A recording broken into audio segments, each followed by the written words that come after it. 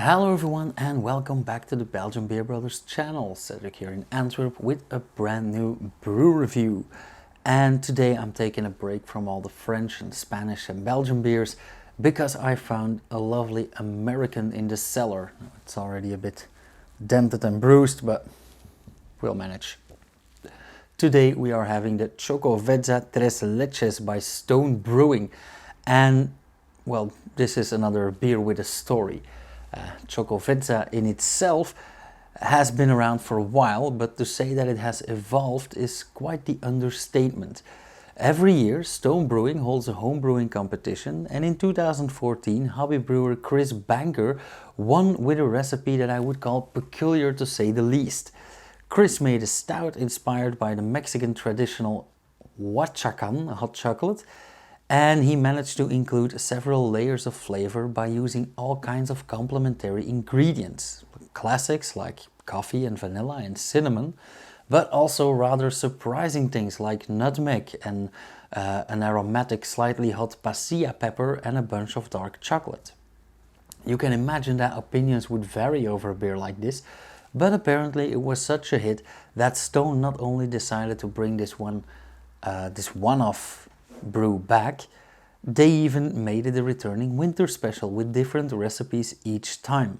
Now we've seen all kinds of iteration in the Xocoveza series, like the winter spiced mocha stout, the imperial hot chocolate stout, and even an extra añejo barrel aged collab with Cerveza Insurgente in Tijuana. You name it, if it goes with hot chocolate, they've probably thought of it and maybe even already made it. And seriously, they even made a special eggnog recipe with this beer called Beer Nog. I'll put it on screen at the end of this video instead of my usual outro, so you'll get the recipe. But they thought of everything. Today, however, I'm having the 2021 Xocoveza Tres Leches, an 8.5% ABV imperial stout inspired by Mexican hot chocolate and the Tres Leches pastries that senior manager of brewing and innovation Steve Gonzalez's grandmother used to make. Since we've already covered the basic recipe with chocolate and spices, let's jump straight to the pastries. Tres Leches is a South American specialty that pretty much consists of milk-drenched biscuit cake, and Tres Leches stands for the three types of milk that they use: evaporated milk, condensed milk, and whole milk. So the end goal was at least a chocolatey, creamy pastry stout. They basically held on to Chris Banker's original recipe and added oats to give it even more body, since oats are very protein rich, and flaked rice to make it a bit lighter on the digestive tract. The hop bill is not very creative with only Centennial, but of course who needs a complex hop bill with a beer like this?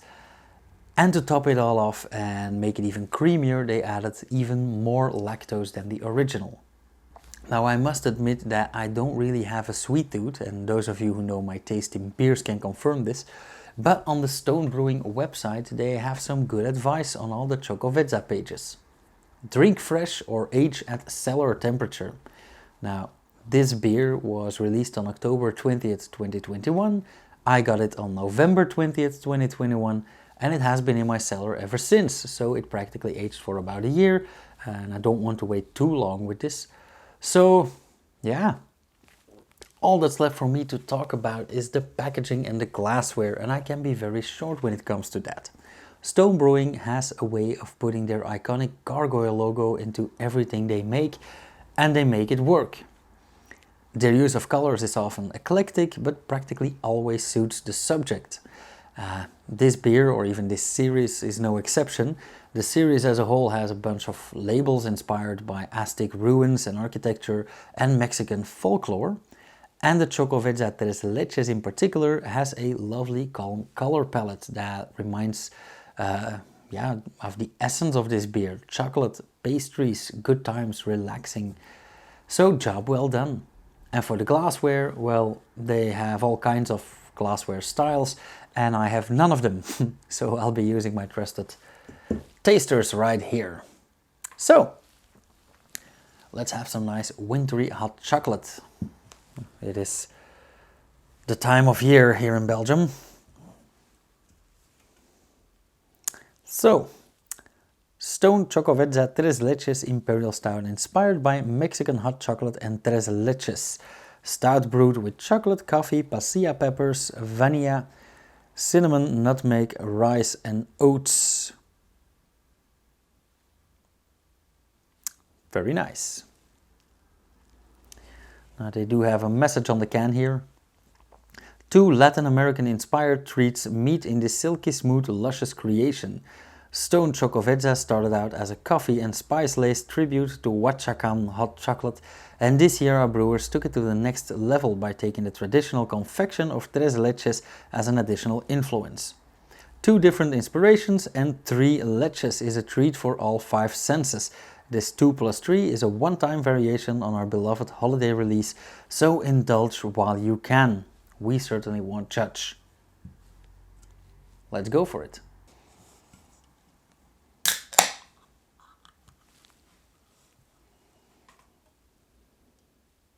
Ooh, nice color.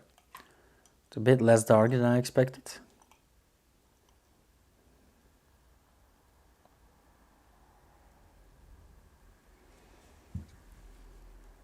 Oh, and that smell. Wow. Now, this isn't black, this is actually dark ruby red. It's like Guinness and Coke. Yeah, lovely, lovely color. It reminds me of chocolate sauce, chocolate syrup. Beautiful brown beige foam, medium thickness I'd say. Quite bubbly. Yeah, very nice color indeed. Ooh, wow. That's a lot.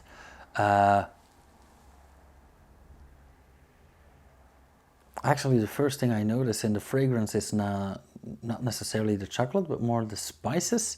I do get a lot of... actually, I smell a lot of clove, which isn't in the beer. I get some clove, I do get a little bit of nutmeg. And I'm not a big fan of cinnamon, and I don't get too much cinnamon, so that's a big plus. I do get a hint of vanilla. But I mainly get like dark chocolate, chocolate sauce, the real bitter variant.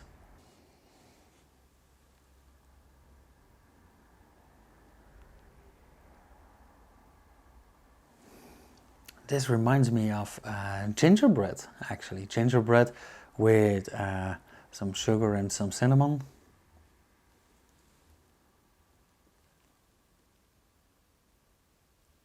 A bit of honey even.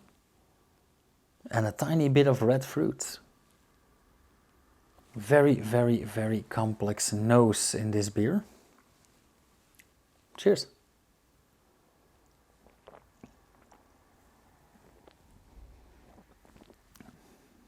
Okay, they didn't lie.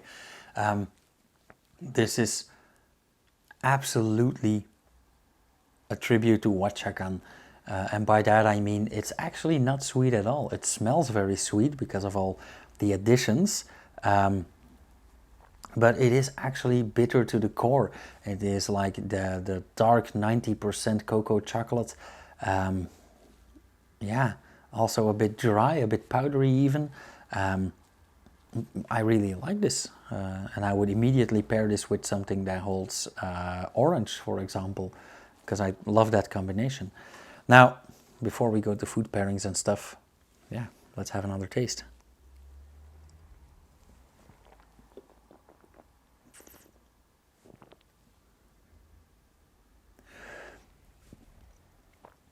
I was afraid that this was going to be quite sweet because of the tres leches, because it has condensed milk and, well, sweetened milk basically. And then the added maltose and the cinnamon and the chocolate, but it's not sweet at all.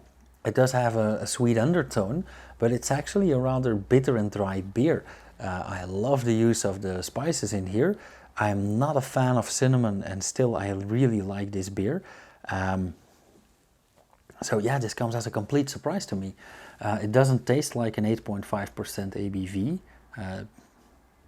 yeah, it's a bit boozy, but it's not heavy.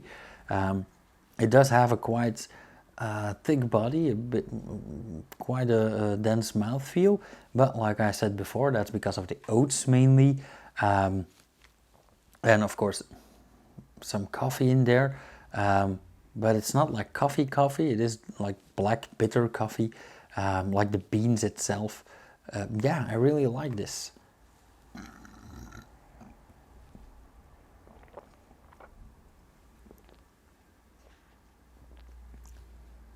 Also, they did add maltose, but it's not sugary. And actually, I read about this, that there's not a lot of sugar left, that there's not a lot of residual sweetness, and that is absolutely true. On the other hand, I have read and heard of other tasters that it was quite pastry and dessert-like, but it's absolutely not. I actually kind of like this. This is the kind of chocolate that I really love. Also, it is not dense, it is not thick, it's not syrupy.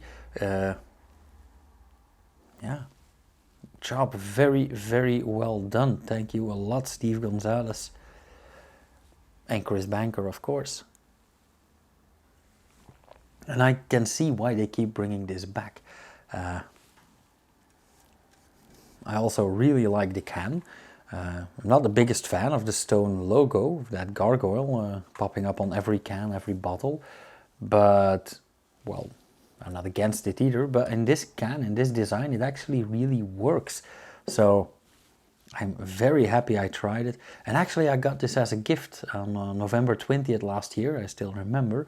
When I was talking to another beer expert about another beer. And we were actually talking about Brewdog, and he was like, I think you'll like this.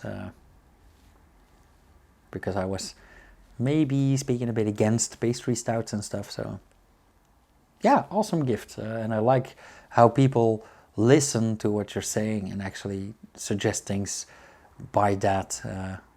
Anywho, on to the scoring. Like I said, I love the packaging. It has been in my sight for that entire year right now. I love the color. It is a very nice color. It is way lighter than it seems in the mouth and in the digestive tract, for as far as I can tell right now. It's not too sweet. It's dry. It is actually great winter beer. I would love to make a coulis out of this and pair that with some ice cream and sour cherries, for example, hot cherries. Make a nice sauce out of this. Yeah, maybe I should try making that beer nog after all. So I really like this. I love the smell. I love what they did with it. Yeah, absolutely great. And I am very impressed on how they made me like something with cinnamon. So yeah, let's call this a 375 immediately. So that's a 7.5 out of 10. Might even become a 4 if I finish this glass. Nonetheless, I'm gonna leave you guys with this. As usual, if you guys like this video, hit that thumbs up. Let me know down in the comments what you want to see next. I will be posting every Monday, Wednesday and Friday at 6 p.m. except for December. I'll be posting one every day. And yeah, if you want to support this channel, just share a video, spread the word, and maybe suggest some things. Nonetheless, if you guys went to Billy's Craft Beer Festival, I hope you had a lot of fun. I was working, unfortunately, but I might see you guys there next year. Cheers, you guys. On to the next one.